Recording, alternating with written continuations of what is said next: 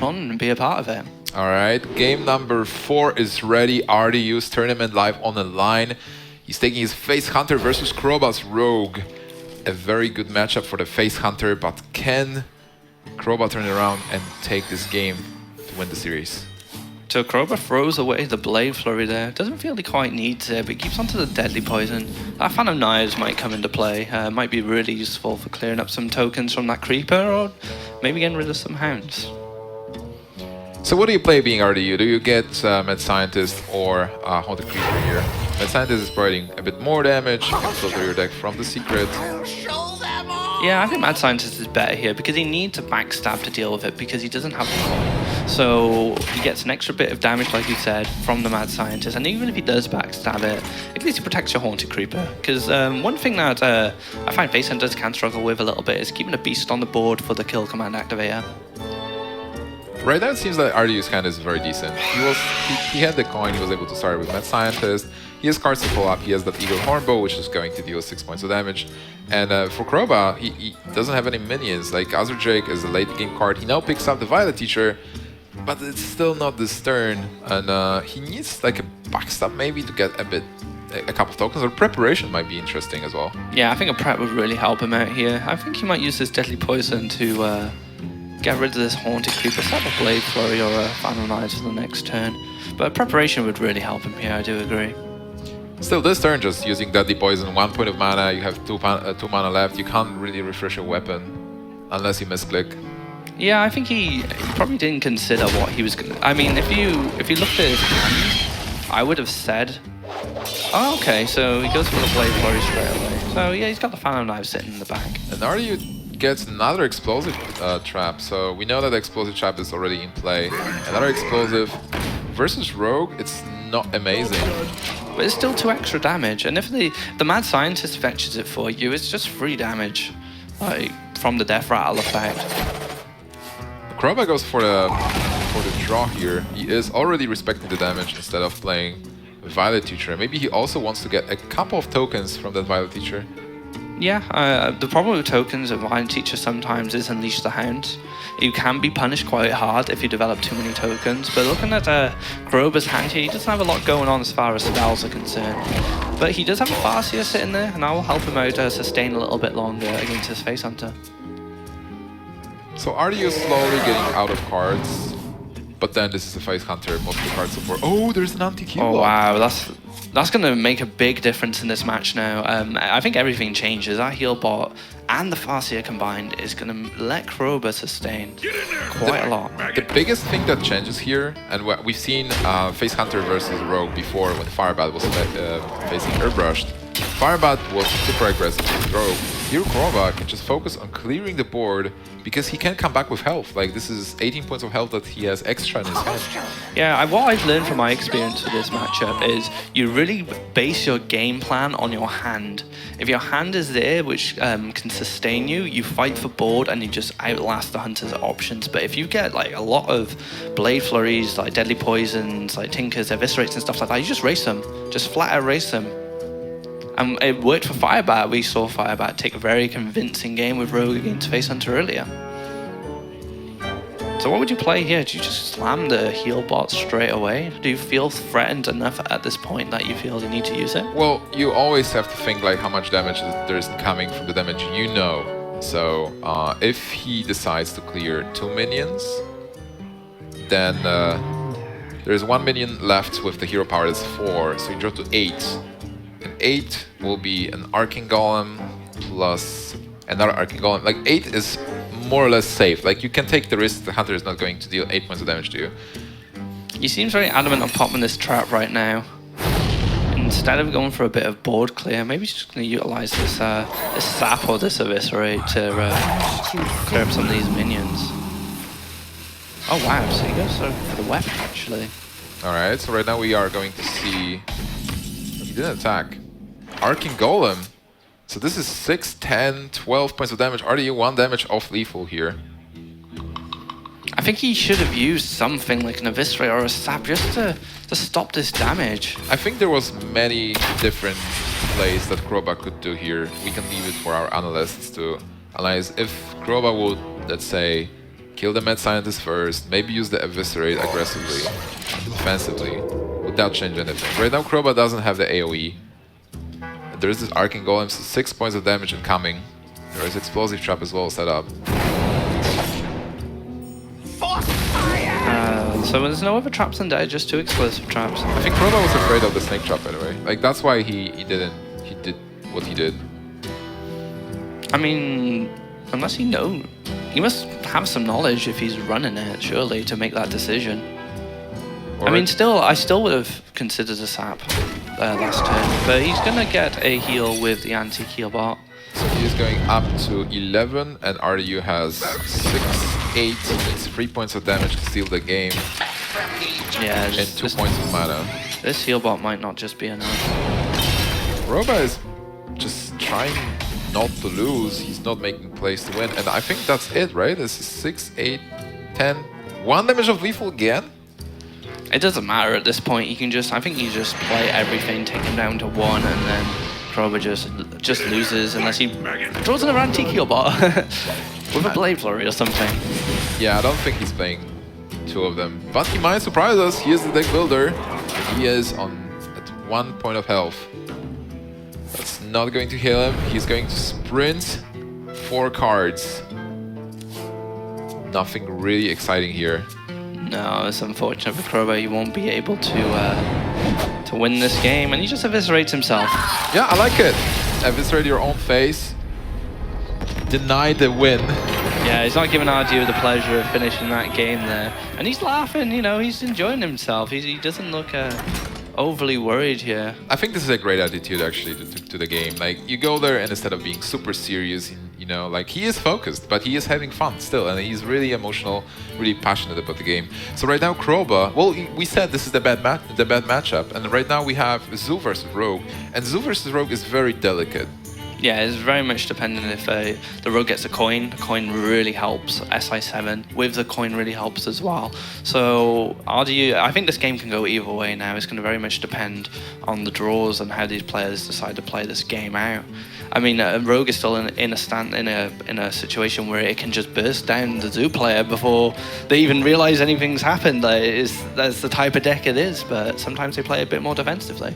So the match decider will be a deck that runs Knife Juggler. Can RDU juggle the face again with the Knife Juggler and have the good juggles? See, that would be a tragic way for Kroba to lose, and it would be an amazing way for RDU to win once again using those Knife Jugglers. It might even become a signature card for him. Like, if you would associate Knife Juggler with RDU, maybe put his face on the card or something. The RDU Juggler. Alright, I think the players are ready, so game number 5. The decider, RDU versus Kroba, Zoo versus the Rogue. Wow, look at that hand for Kroba. He gets the coin, the SI, the backstab, and the Blade Flurry, and a Falnos. Both players having golden heroes. You can feel the passion already. Grinding out that ladder to get those shiny hero portraits. Yeah. I mean, it's 500 games, a lot of games. Yeah, that is. That's a lot of wins, actually, because those are the wins. Exactly, yeah. I remember grinding out my Golden Warlock. Had to play Zood, make it quicker. Argent Squire taking over the board, single 1-1. I mean, the nice thing about Argent Squire and the Haunted Creeper here are they are minions. You do have to do a bit extra work to get rid of them. But the Fan of Knives is a good pickup here, especially in this situation. Well, there's a coin, there is a SI7, backstab. This hand looks really good for Kroba. I mean, there's not a lot of damage on RDU's side of the board right now, so he could be a bit more patient here. Maybe paying off the shield with the weapon. The next turn, he could say backstab Fan of Knives to clear up everything, depending on what else is played. So I love it. I think that's actually the only play, just Dagger Mastery. Oh, it's called Dagger Mastery. Like Dagger up. Dagger up. Dagger up, ping the shield, and pass. Yeah, he looks like he sees that.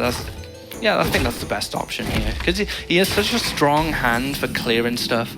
I think he's in such a situation now. There's a juggle. Oh, there's a juggler with implosion as well.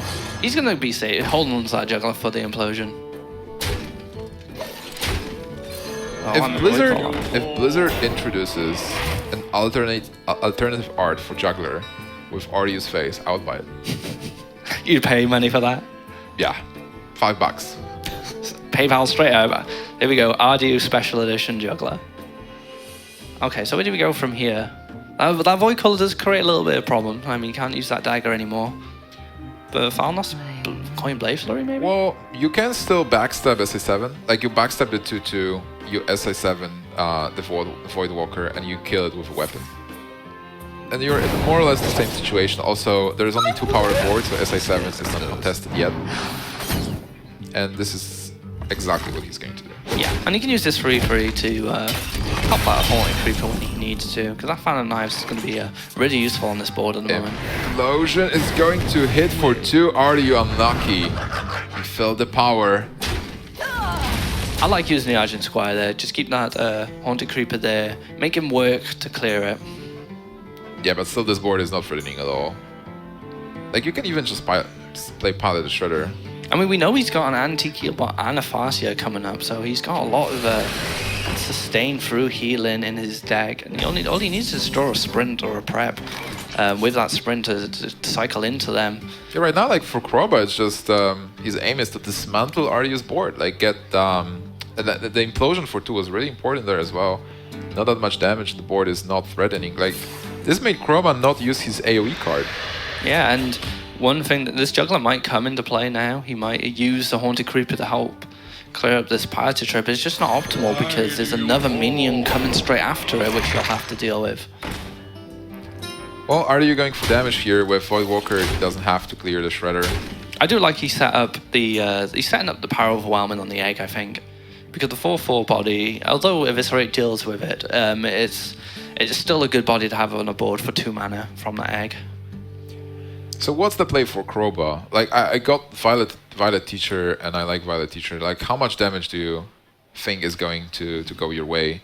Warlock doesn't have that much burst, but then with Power Overwhelming and Doomguard, it is possible to get 9 damage out of nowhere. Oh, he actually uses the Eviscerate now.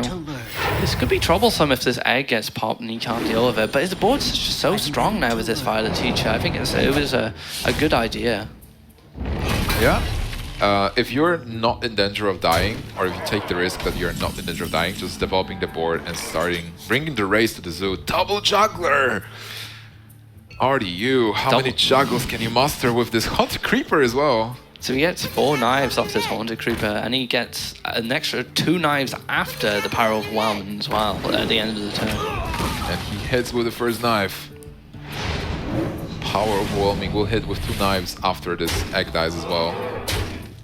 I mean, he could potentially clear the board here if he gets a bad Shredder draw, like a Novice Engineer or something.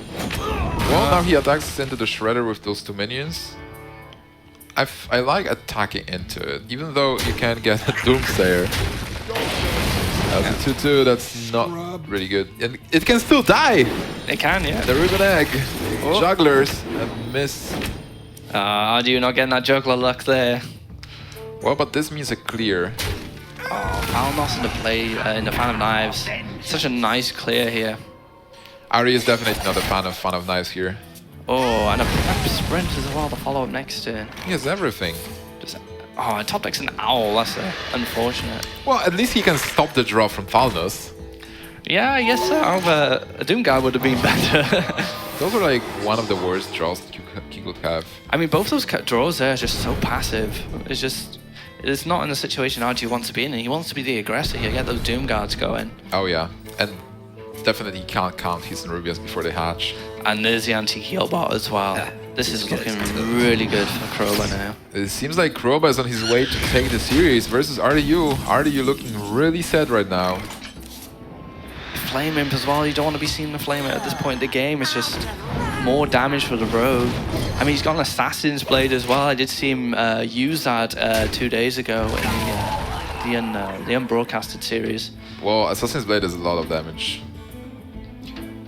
But what do you do now? Like, alright, you can use SI to trade with 2/2, and then there is only the Flame Imp, not that much pressure. I think you sap the Flame Imp. You can, yeah. Oh, man. Sapping the Flame Imp is so cruel. It is an evil thing to do, but I think you do it because it just becomes another dead card. You didn't really want to play it before because it does feel free damage to yourself, but making him do it again is just harsh.